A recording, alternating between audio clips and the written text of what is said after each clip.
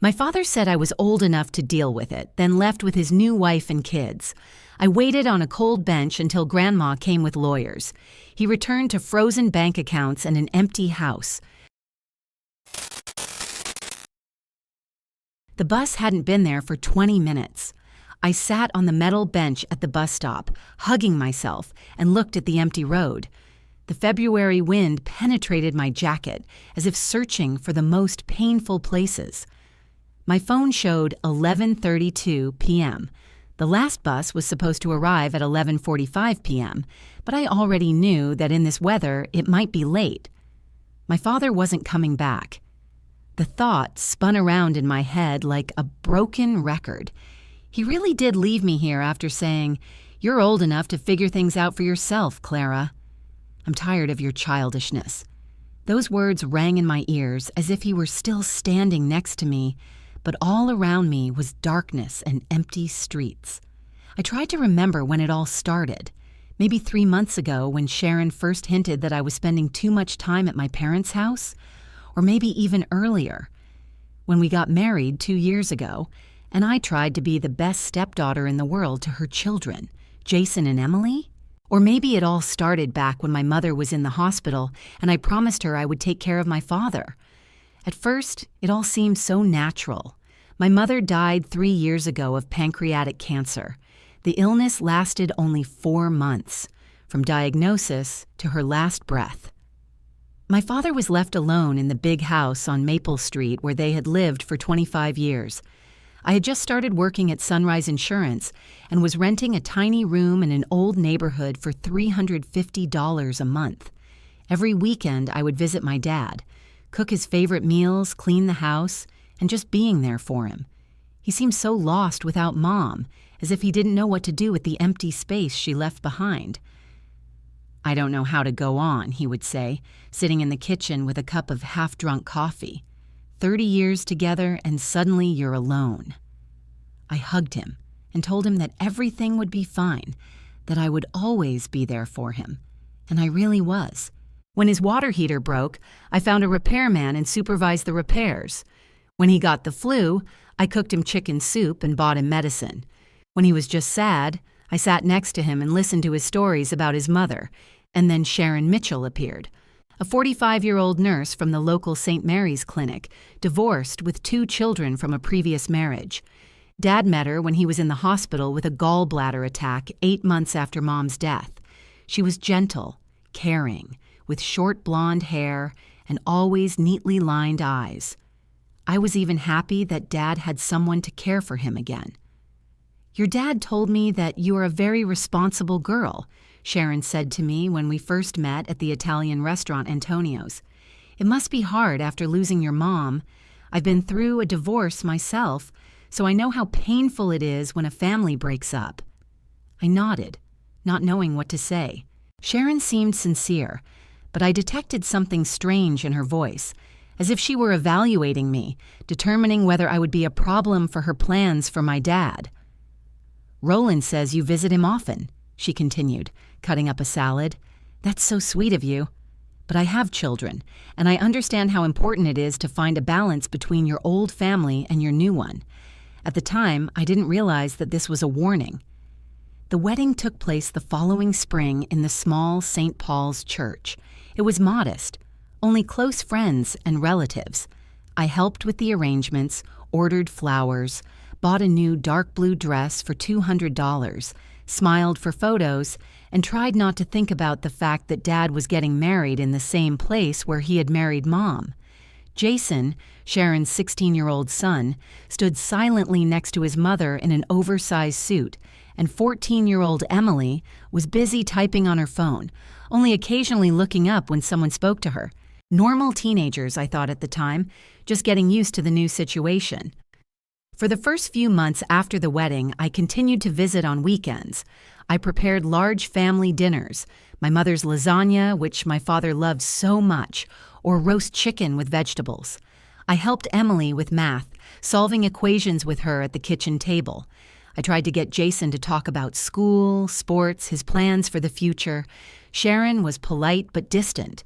She thanked me for my help but never initiated conversation. And Dad... Dad seemed to be gradually changing. "Clara, you know I have Sharon now, right?" he said one day last fall as I was washing the dishes after Sunday dinner. "You don't have to be here all the time."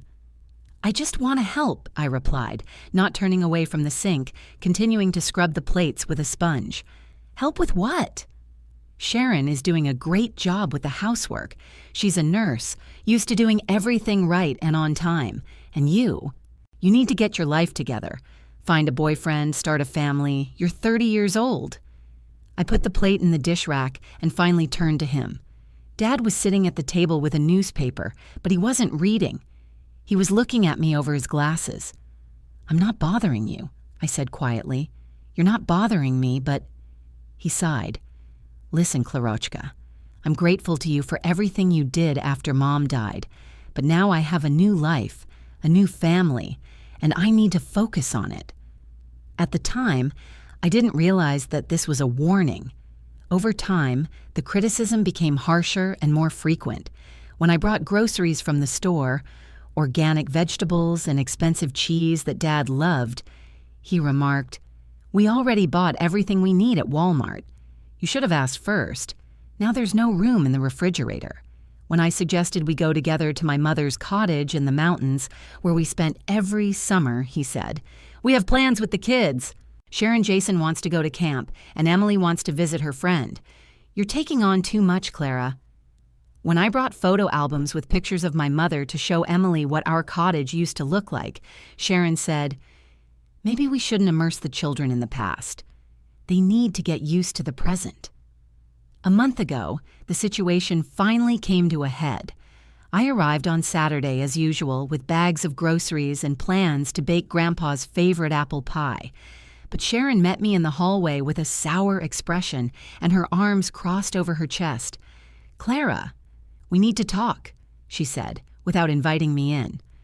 Behind her, I could see Jason watching TV in the living room and Emily climbing the stairs with a pile of clothes in her arms. "What do you mean?" I asked, feeling my heart race. "I understand that it's hard for you after losing your mom, and you're used to being the lady of the house," Sharon said, not inviting me to sit down. "But you're too attached to your dad. It's not healthy for any of us. The children are starting to wonder why there's always some woman here trying to take care of everyone." "I'm not taking care of them. I'm helping," I began, but Sharon raised her hand. "You come here as if it were still your home. You rearrange things, cook what you think is right, give advice to the children. But now my children and I live here. It's time for you to build your own life, not cling to the past." I stood in the doorway with bags in my hands, not knowing what to say. Behind Sharon, Dad appeared in his slippers and an old shirt. "What's going on here?" he asked, but it was clear from his tone that he knew. "I was just explaining to Clara that she doesn't have to come here so often," Sharon said calmly, without taking her eyes off me. "We have our own family now, our own rhythm. The children are used to a certain routine." Dad looked at me, and in his eyes I saw something that struck me. Not understanding or sympathy, but irritation. That's how you look at someone who gets in the way, who doesn't understand the obvious. "Sharon is right," he said after a pause. "You're a grown woman now, Clara. It's time to stop running here every week like you're still a child." The bus finally appeared on the horizon, its headlights cutting through the snowfall. I took out my pass and got ready to stand up. My hands were shaking, not only from the cold, but also from the anger that was finally beginning to break through the pain. Today, everything had reached a critical point. Dad had called in the morning and asked to meet. He said he wanted to have a serious talk about our future, about how we should move forward. I thought he had finally understood how hard it was for me and wanted to make things right. Maybe even apologize for that unpleasant conversation with Sharon. Instead, he took me to Mary's Diner outside of town and gave me an ultimatum. "Clara, you're stuck between childhood and adulthood," he said, stirring his coffee with a plastic spoon. "You're 30 years old and you're acting like a teenager who can't let go of her parents." "Dad, I just want to keep our family together," I began, but he interrupted me. "Our family is different now. I have a wife and her children, and if you can't accept that and behave accordingly, then maybe we should take a break from communicating." The bus stopped with a loud screech of brakes. The doors opened and warm air from the cabin hit my face. I climbed the steps, showed my pass to the driver, an elderly man in a cap who nodded at me, and sat down in a window seat in the middle of the bus. When the bus started moving, I looked at my phone. No call from Dad. He really had left me at that bus stop like a piece of trash. The trip home took almost an hour. I looked out the window at the snow-covered streets, at the rare lights in the windows of the houses, and thought about my mother's words, which she had said shortly before her death. "Klarochka, don't let anyone take advantage of your kindness. Not even your own family, especially your own family." At the time, I didn't understand what she meant. Now I do. I got home at 1 in the morning. My room in an old 3-story house on Oak Street greeted me with the smell of dampness and the hum of my neighbor's refrigerator behind the wall. $350 a month for 12 square meters with a microwave instead of a stove and a shower in the hallway, which was shared by 4 residents. The landlady, Mrs. Rodriguez, rented rooms mainly to students and people like me, those who had not yet settled down in life. I threw my jacket on the only chair, sat down on the narrow bed, and stared at the wall for a long time. There was only one photo hanging on it, me with my mom at my college graduation 5 years ago. Mom was smiling, hugging me around the shoulders, and I was holding my bachelor's degree in economics. At that time, it seemed that I had my whole life ahead of me, full of possibilities. I couldn't sleep. I lay there and replayed today's conversation with my dad in my head. "You're stuck between childhood and adulthood." Those words hurt the most because there was some truth to them. I really hadn't sorted out my personal life. After college, I had a few relationships, but nothing serious. For the past 3 years, I had devoted so much time to my dad that I simply didn't have the energy for a personal life. At 6 in the morning, I finally fell asleep, but at 8, I was awakened by the ringing of the phone. The display read, "Sunrise Office." My boss, Jennifer Clark, was probably wondering why I hadn't come to work. I ignored the call and sent a message saying I was sick. For the next 2 hours, I just lay there staring at the ceiling. Then I suddenly remembered my grandmother, Evelyn. My mother's mother lived in a nursing home called Sunset Village, 40 minutes outside of town. She was 82 years old, but her mind was still crystal clear. After my mother's death, I visited her once a month, but the last time we saw each other was before New Year's. Grandma never liked my dad. She thought he was weak and selfish. After he married Sharon, she said to me, "You'll see, Clary, that woman doesn't want him. She wants his house and stability, and she'll get rid of you at the first opportunity." At the time, I thought my grandmother was just jealous and couldn't accept that my father was moving on. Now her words seemed prophetic.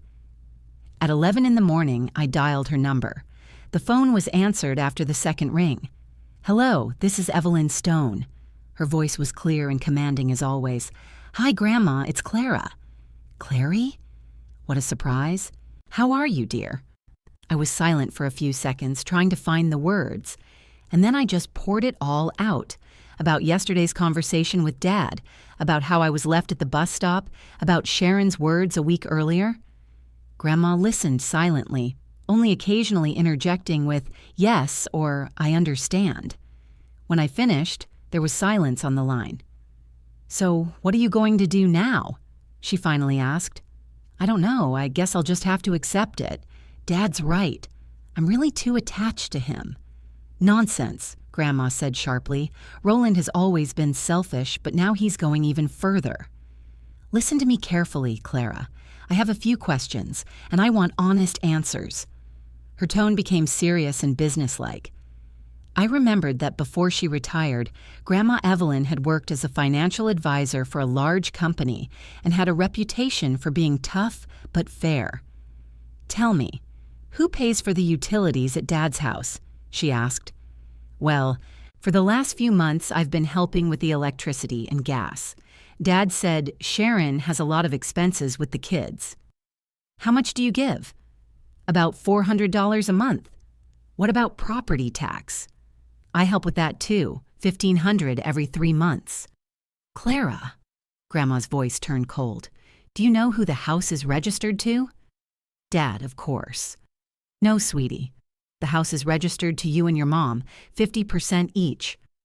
I felt the ground slip away from under my feet. What? But your mother transferred the house to both of you a year before she died. She was afraid that if something happened to her, Roland might do something foolish with the property. Someone should have explained this to you. But Dad never said anything. Of course he didn't. It's not in his interest. Listen further. What about bank accounts? Do you have access to the joint account your mother opened? I tried to remember. Yes, my mother gave me a card before she died. She said it was just in case, but I never used it. Do you know how much money is in there? No, I thought there wasn't much. Grandma sighed. Clary, your mom was a smart woman. She saved money her whole life. There's about $80,000 in that account. Those are your savings with her, and Roland uses them as if they were his own. I sat on the bed holding the phone, unable to believe what I was hearing. $80,000? A house for me? Why didn't Mom say anything? She wanted to tell you after you got a little older and settled down in life, Grandma said, as if reading my mind, and then she got sick so suddenly that she didn't have time. She planned to do it on your 30th birthday. But Dad, he didn't know? Of course he knew. I was there myself when they signed the papers at Wilson's notary office. Roland agreed to it because he was scared by Mom's illness at the time and wanted to do everything he could to provide for you.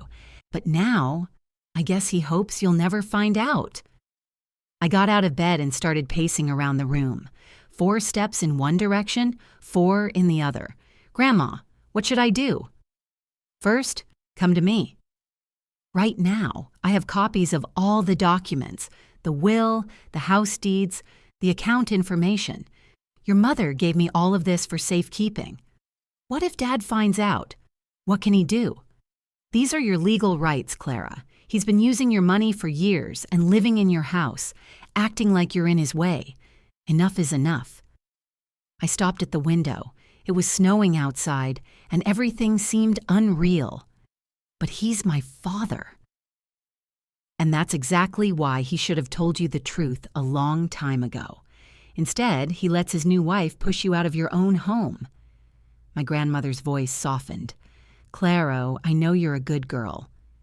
Your mother was always proud of your sensitivity. But being kind doesn't mean you have to let people walk all over you. Your mother left you this money and this house for a reason. She wanted you to have a foundation in life. I closed my eyes and remembered my mother's last days in the hospital. She talked so much about the future, about how important it was to be strong and independent. Now I understood that all those conversations had a deeper meaning. Okay, I finally said. I'll come. Great. And you know what? I have an old friend, Michael Grayson. He's a lawyer, although he's retired now, but he's an expert in these matters. I'll ask him to come. An hour later, I was sitting on a bus to Sunset Village. The retirement home looked like a large hotel with glass doors and a green lawn covered with snow. The lobby smelled of coffee and some kind of medicine, and classical music was playing. Grandma met me in her room, a small but cozy space with 2 armchairs, a TV, and a small kitchenette. On the dresser were photos of our family, including many pictures with Mom. Sit down, dear, Grandma said, pointing to an armchair. She looked older than I remembered, but her eyes were still sharp and determined. There was a thick folder with documents on the table. The first thing you need to know, she began, opening the folder. Your mother was very thoughtful. Here is a copy of the will. I took the document and began to read. My mother's handwriting in the margins, seals, signatures.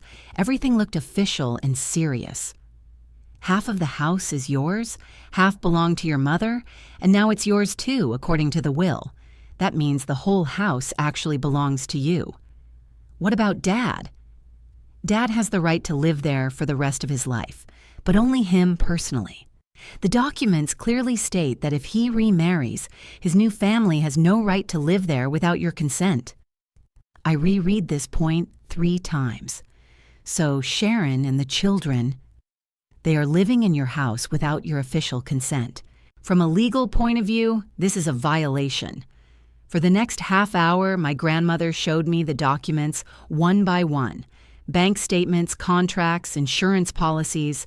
The picture became clearer and more painful. Dad really did know everything, but he decided to keep quiet. "Now tell me," Grandma said, putting the documents aside, "how do you feel?" I thought about it. Anger, pain, disappointment, all at once. I don't know. It seems to me that my whole life has been a lie. Not everything, Klarochka. Your mother's love was real, and she did everything she could to protect you. She just didn't have time to explain. At 4 o'clock, Michael Grayson arrived, a man of about 65 with a gray beard and kind eyes behind his glasses. He shook my hand warmly and sat down at the table, laying out his folders. "Evelyn told me about the situation," he said. "From a legal standpoint, it's quite simple. You have every right to decide the fate of the property. The only question is how far you are willing to go." "What do you mean?" "Well, you can officially notify your father of your rights and ask him to settle the situation peacefully, or you can take more decisive action." Grandma looked at me intently.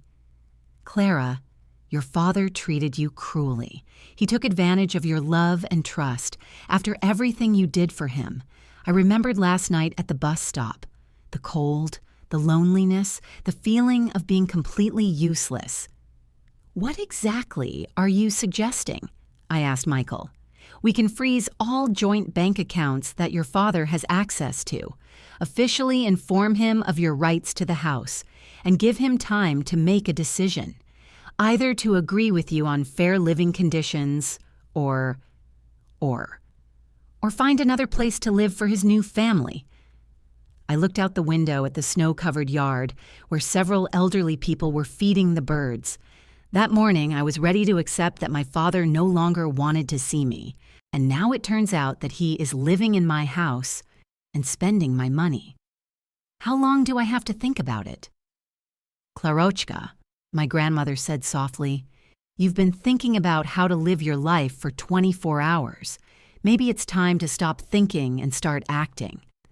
I closed my eyes and remembered my mother's words.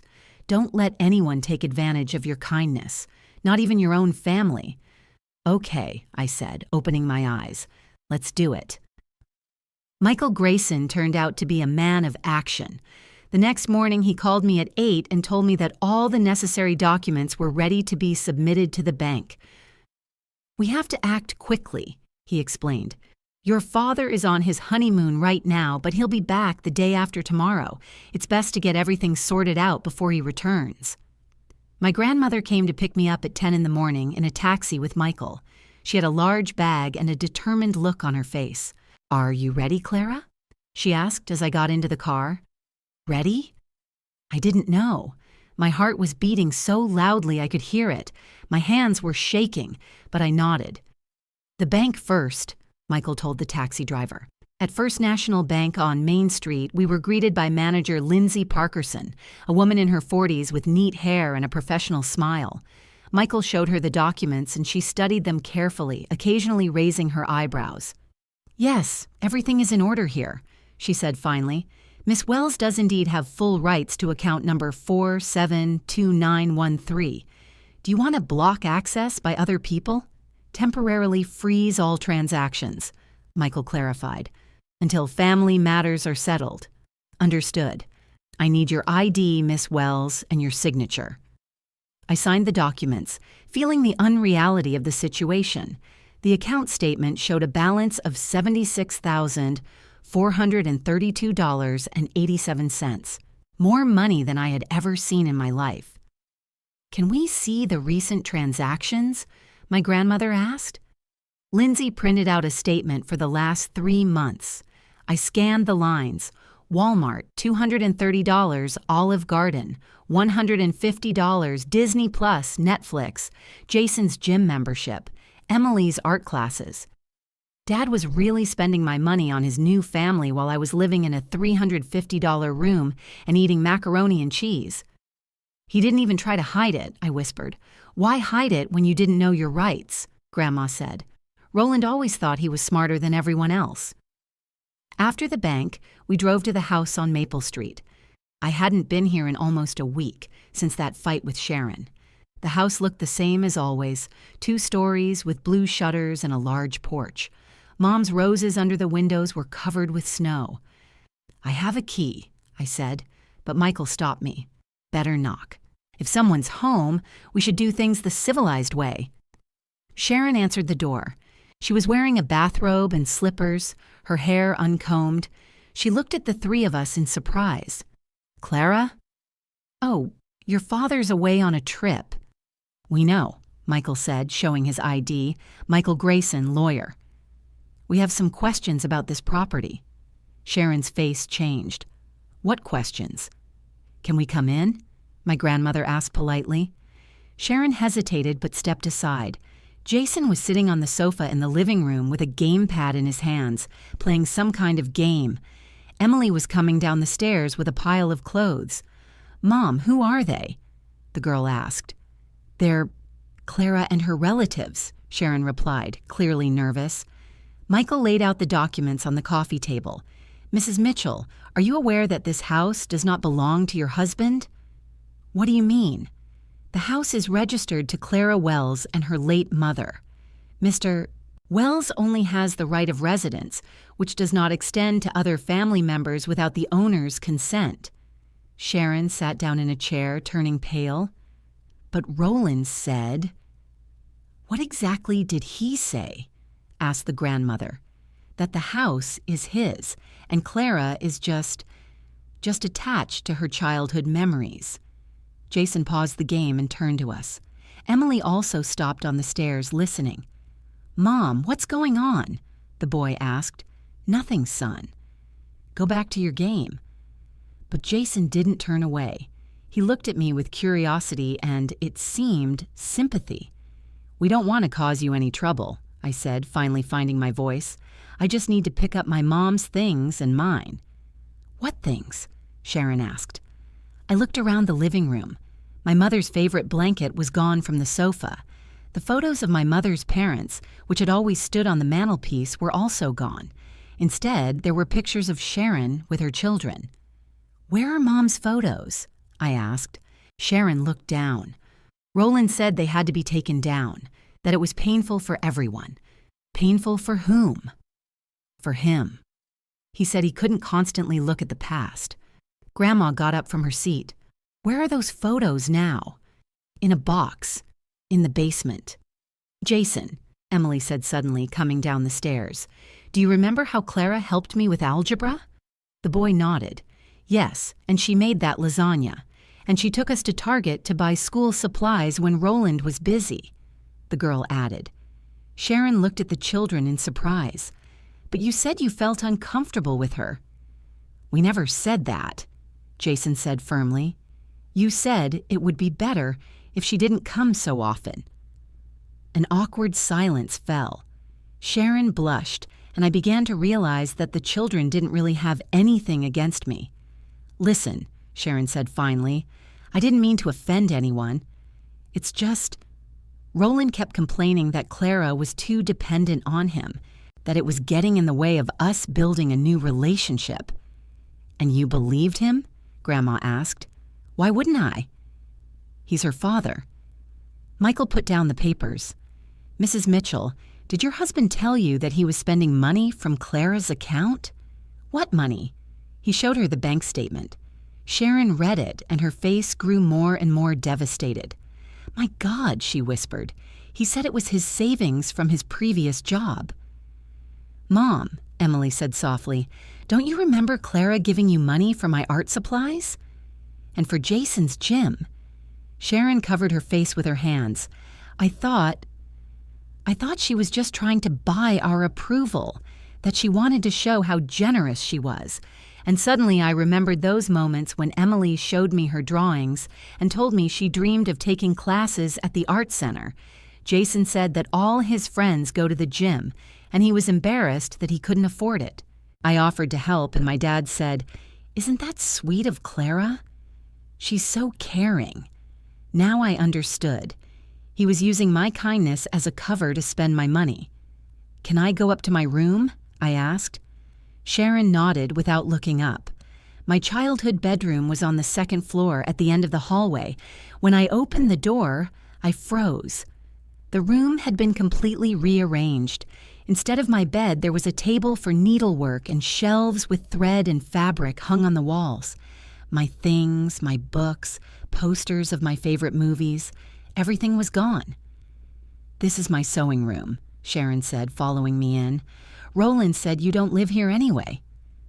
I stood in the middle of the room where I had spent my childhood and youth, and I didn't recognize it. Even the smell had changed. Instead of my perfume, it smelled of fabrics and threads. "Where are my things?" "In boxes in the basement, next to your mother's photographs." We went down to the basement. Here, in the corner by the washing machine, were 4 cardboard boxes labeled Clara and 2 labeled Lorraine, my mother's name. I opened one of my mother's boxes and saw familiar photos. My mother and father at their wedding, my mother with me as a baby, the 3 of us at the dasha.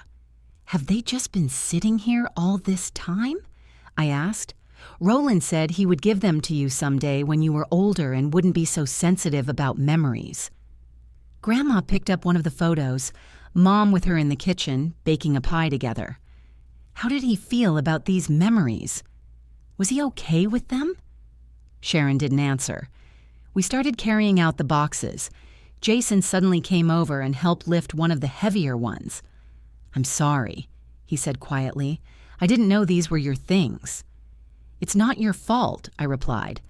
"I liked your lasagna," he added, "and how you explained math. Better than Mom. Emily came over too." "Can I see the photos of your mom?" Roland never talked about her. I took out the album and showed the girl a few pictures. "This is her at the cottage." She loved planting flowers. "She's beautiful," Emily said. "She looks like you." Sharon stood aside and watched us. Finally, she came over. "Clara," she said, "I want you to know, I really didn't know about the money or the house. Roland told me a completely different story." "What story?" "That you can't come to terms with your mother's death and are clinging to him as your last connection to her. That it's hard for him, but he puts up with it because he understands your pain, and that he needs to gradually wean you off your dependence." I looked at Sharon and saw genuine confusion in her eyes. She wasn't the evil stepmother from fairy tales, just a woman who believed her husband and wanted to build a new life for herself and her children. "And you believed him?" I asked. "Of course I did. He's your father. Who knows better what you need?" Grandma snorted. "Roland has always been a convincing liar, ever since he was young." When we loaded all the boxes into the taxi, Sharon went out onto the porch. "Clara," she called, "what's going to happen to us now?" I turned around. Jason and Emily were standing behind her in the doorway, looking at me with wide eyes. "I don't know," I replied honestly. "It depends on the conversation with Dad." Can you not kick us out right away? I don't have much savings and I need time to find another place to live." I looked at the children. It wasn't their fault that my father wasn't who I thought he was. "I'm not a monster, Sharon. I won't kick you out onto the street." "Thank you," she said quietly. As we drove away, I looked in the rearview mirror. Sharon was still standing on the porch with the children. They waved at me, and I waved back. "They're not bad people," I said to my grandmother. "No, they're not. They just got caught up in an unpleasant situation because of someone else's dishonesty." Michael looked at me in the rearview mirror. "Are you ready to talk to your father?" I clenched my hands tightly. "Yes, ready." That night, lying on my narrow bed in my room on Oak Street, I thought about how radically my life had changed in 2 days. Just the day before yesterday, I was an immature daughter who was preventing her father from building a new life. And now I was the owner of a house and a considerable amount of money. But the strangest thing was that I didn't feel triumphant, only emptiness and pain from the realization that the person I trusted most in the world had been deceiving me for years. Dad was coming back tomorrow, and then everything would finally be clear. The phone rang at 6 a.m. I woke up immediately. I had slept poorly all night, constantly listening to the sounds outside the window. The display lit up. Roland Wells. I didn't answer. 5 minutes later, he called again, then again. On the fourth call, I picked up the phone. Clara. His voice was tense and angry. What the hell is going on? I can't withdraw money from my account. Hi, Dad, I said calmly. How's the honeymoon? Cut the crap. Explain to me why the bank says my account is frozen. I sat on the bed, hugging my knees, and stared at the wall. My heart was beating fast, but my voice remained steady. Because it's my account, Dad. And I decided to temporarily freeze transactions. Your account? What are you talking about? The account Mom opened. For me and her. You remember, right? There was silence. A long, heavy silence. Who told you? He finally asked, and there was no surprise in his voice, only anger. Grandma Evelyn, along with all the documents Mom left her for safekeeping. That old witch, Dad hissed. I knew she'd stick her nose where it didn't belong. Where it didn't belong. Dad, you spent my money for 3 years without saying a word to me. Your money? Clara, have you completely lost your mind? It's family money. I'm your father. His voice grew louder, but I wasn't afraid like I used to be. Something had changed in me over the past 2 days. Family money that you spent on your new family while I was living in a room that cost $350 a month? I don't have to account to you for every dollar I spend. You do, and it's my money. Come home, Dad. We need to have a serious talk. He hung up, but a minute later, he sent a text. We'll be there in 2 hours. I called Michael Grayson. He's coming back, I said. Can you be there for the conversation? Of course. I'll pick up Evelyn and we'll come to the house. What if he yells? Clara. His voice was calm and confident. You have every right to be in your own home. He can't kick you out. At 9 a.m, I stood in front of the door to the house on Maple Street. Michael and Grandma arrived 10 minutes early. I was holding a folder with documents in my hands. Sharon opened the door. She looked confused and scared. Clara, he's very angry. He yelled at me the whole way from the airport. He says we're all conspiring against him. Where is he? In his office. He's on the phone with someone, probably another lawyer. We went into the living room. Jason and Emily were sitting on the couch, both looking upset. The boy was playing something on his phone, but I could see he wasn't focused. Emily was drawing in a notebook, but her hand was shaking. Hi, I said quietly. Hi, Clara, Emily replied. Roland is very angry. He yelled at Mom for letting you take your things. Jason looked up. Is it true that the house is yours? Yes. Then why did he say that you just can't accept that Mom died? Before I could answer, Dad's voice came from the study. Yes, yes. My daughter is trying to take over the house. She brought some suspicious lawyer and is forcing my wife. Then the office door opened and Dad appeared. He was tanned from his trip, but his face was red with anger. He stopped and stared at me for a second. Michael, I'll call you back, he said into the phone and hung up. Clara, he said, coming closer, what kind of circus have you created here? Hi, Dad? How was your vacation? Don't pretend. Explain to me what's going on. Michael stood up from his chair. Mr. Wells, allow me to introduce myself. Michael Grayson, attorney. Dad looked at him suspiciously. And what brings you here? Your daughter asked for help with some legal issues regarding this property. What legal issues? This is my house. Actually, no, Michael said calmly and laid out the documents on the coffee table. The house is registered to your daughter and your late wife. Dad abruptly approached the table, grabbed the documents, and began reviewing them. His face darkened with each passing second. "This is a forgery," he finally said.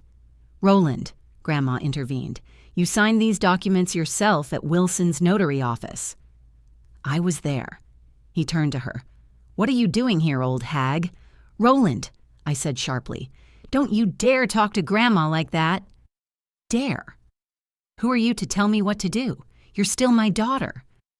"Your daughter, who owns this house and the money you've been spending for the last 3 years." He looked at me, and I could see the different options running through his head. Finally, he changed tactics. His voice became softer, almost pleading. "Claro, listen to me. Your mother wanted us to be a family. She didn't mean for you to take the house away from me because of some formalities." "Formalities? Dad, you spent $70,000 from my account without telling me a word. It was for family needs. School expenses for the children, food, clothes. Is a resort in the Bahamas also a family need?" I showed him the bank statement. $5,000 for the hotel, $2,000 for restaurants, $1,000 for souvenirs. Sharon, who had been silent until then, suddenly stood up. "Roland," she said quietly, "you told me you took the money for the trip from your own savings." "I did. It's my money, too. No." For the first time in my life, I yelled at my dad. "It's my money. Mom's and mine, and you had no right to touch it." Emily was frightened and snuggled up to Jason. The boy hugged his sister and looked at us with fear. Dad also raised his voice. "Oh, is that so? So you've decided to show your character? Fine. Then listen to me carefully, Clara. I am your father, and as long as I am alive, this house belongs to me." "From a legal standpoint, that's not true," Michael interjected. "I don't care about your legal standpoint." Dad turned to him. "This is my family, my relationship with my daughter." "Dad," I stood up and moved closer to him, "tell me the truth. Were you planning to sell this house?" He froze. "Where did you get that nonsense?" "Answer the question." We were thinking about moving. This house is too big for us." "Move where?" "There's a new neighborhood. Nice houses, good schools for the kids." Sharon turned sharply to him. "Roland, you didn't tell me about selling the house." "Because it was just an idea." "No," I said firmly. "It was a plan. Sell my house with my own money and buy a new one for your new family. And you didn't even tell me." Dad looked at me, and I could see he was searching for arguments. Finally, he found one. "What's wrong with that? You don't live here anyway. You rent some shack instead of having a normal life." "I rent a room because you made it clear that I'm not welcome here, and it turns out I could be living in my own house." "Your own?" He laughed, but it was a bitter laugh. "Clara, you're a child. What do you know about running a household, about expenses, about responsibility? More than you think. I helped you with everything for 3 years. I cleaned, cooked, paid the bills. Because I asked you to?" That question hit me like a slap in the face. "No." I thought, "Exactly. You thought. And I put up with your interference because I understood that it was hard for you to let go of your mother." Grandma got up from her chair. "Enough, Roland. Stop manipulating your daughter." "Manipulating? She's the one manipulating. She brings in lawyers, freezes accounts, scares my family." "Your family," I repeated. "And who am I?" "You're my daughter." "But Sharon, Jason, and Emily are my family now, too. And for their sake, you're willing to throw me out of my own life? No one threw you out. You chose to be the victim." I looked at him and suddenly realized that he really thought that way. In his mind, he wasn't deceiving me. He was simply acting as he saw fit, and I had to accept it without question. "Dad," I said quietly, "this is the last time I'm asking. Are you ready to discuss our relationship and finances honestly? There's nothing to discuss with you. You're my daughter, I'm your father, period. Then there's nothing more to talk about." I turned to Michael. "Start the paperwork." I want to officially inform all the residents of this house of their rights and responsibilities. Clary, you can't be serious. Dad's voice became pleading again, more serious than ever. Fine, he started shouting again. You want to play these games? Let's play, but remember, I'm your father and I'm going to need you. I doubt it. He grabbed his jacket and headed for the door. Sharon, get the kids. We're leaving. Where? She asked, confused. To the hotel. Until I figure out what to do about this madness. Jason got up from the couch. Why do we have to leave? Clara said she wouldn't kick us out. Because I said so, Dad yelled at him. Roland, Sharon intervened. Maybe we shouldn't rush into anything.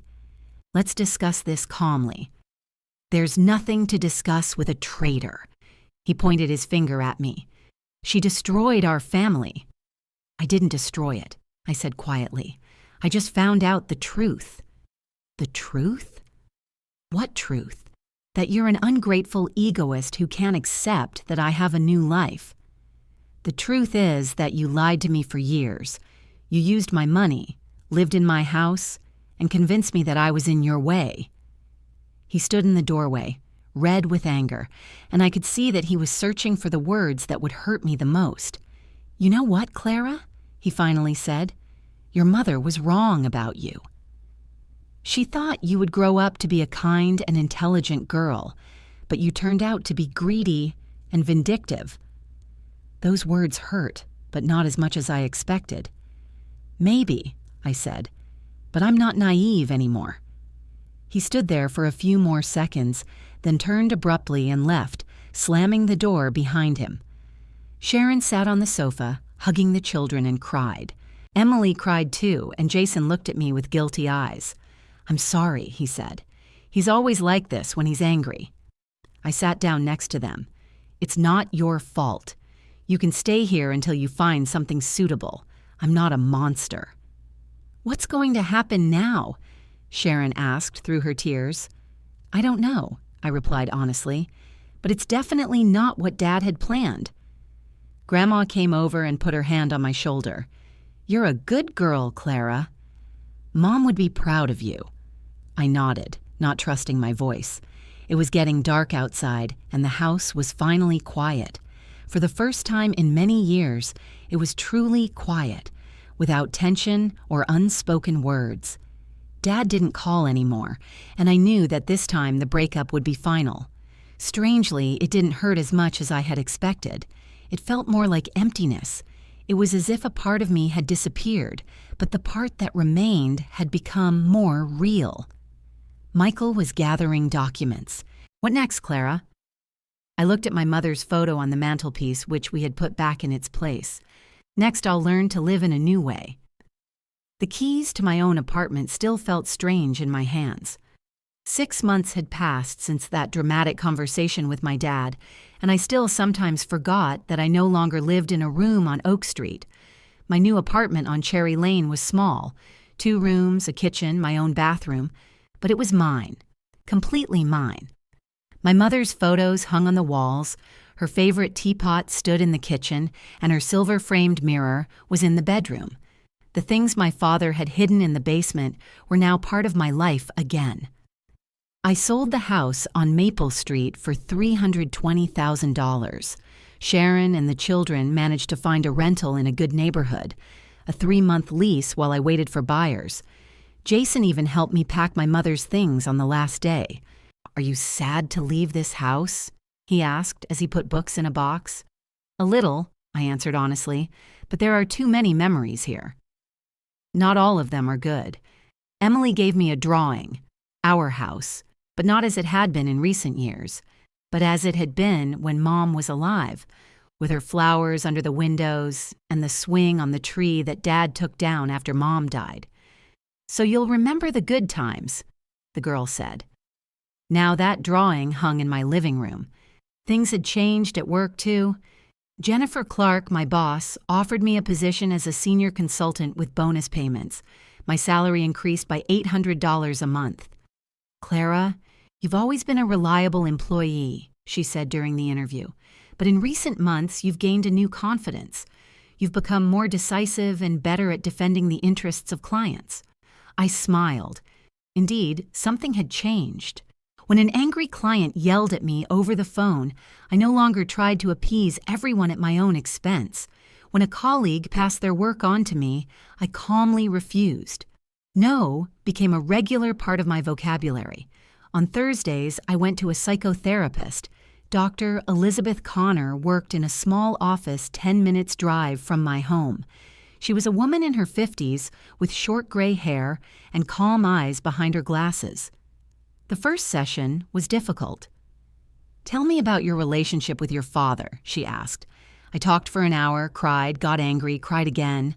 I talked about my mother, how I tried to replace her after her death, about years of self-sacrifice and feelings of betrayal. "Clara," Dr. Connor said at the end of the session, "have you ever thought that kindness and sacrifice are different things? In what sense? Kindness comes from inner strength. You do good because you want to and because you can. Sacrifice often comes from fear of being bad, unloved, abandoned. Did you help your father out of love or out of fear of losing him?" I thought about that question for weeks. Dad didn't call. He didn't write. It was as if I had ceased to exist. At first it hurt, then it just became part of my new reality. Grandma said he had found a job in another state and moved there with Sharon and the children. Emily wrote me a message once. "Thank you for everything. I hope you're doing well." I replied, "Same to you." Then, on a normal Tuesday in September, my life changed a little bit again. I was standing in line at the Bean and Grind Cafe near the office, ordering my usual cappuccino, when someone behind me said, "Excuse me, are you Clara Wells?" I turned around. Standing in front of me was a man in his mid-30s, tall, with dark hair and familiar eyes behind glasses. "Yes," I replied cautiously. "I'm Marcus Grayson, Michael Grayson's son, your lawyer. Oh, that's what this is about." I remembered Michael mentioning that he had a son who also worked in insurance. "Nice to meet you," I said. "My father told me about your situation. Not the details, of course, just, I hope everything worked out for the best." His voice was soft without any curiosity about other people's problems, more like concern. "Yes, thank you, everything's fine." "Great. And may I ask where you work? My dad said you're also in insurance." "Sunrise Insurance on Main Street." "Really?" He smiled. "I'm at Pinnacle Group across the street. It's strange we haven't met before." The line moved forward and we approached the cashier together. Marcus ordered a latte and suddenly said, "Let me pay for your coffee." "As compensation for the fact that your dad probably charged you a hefty sum." I laughed. "He charged the minimum. He said it was a matter of principle." "Well then, just out of gratitude for helping me understand why my dad has been so pleased with himself lately.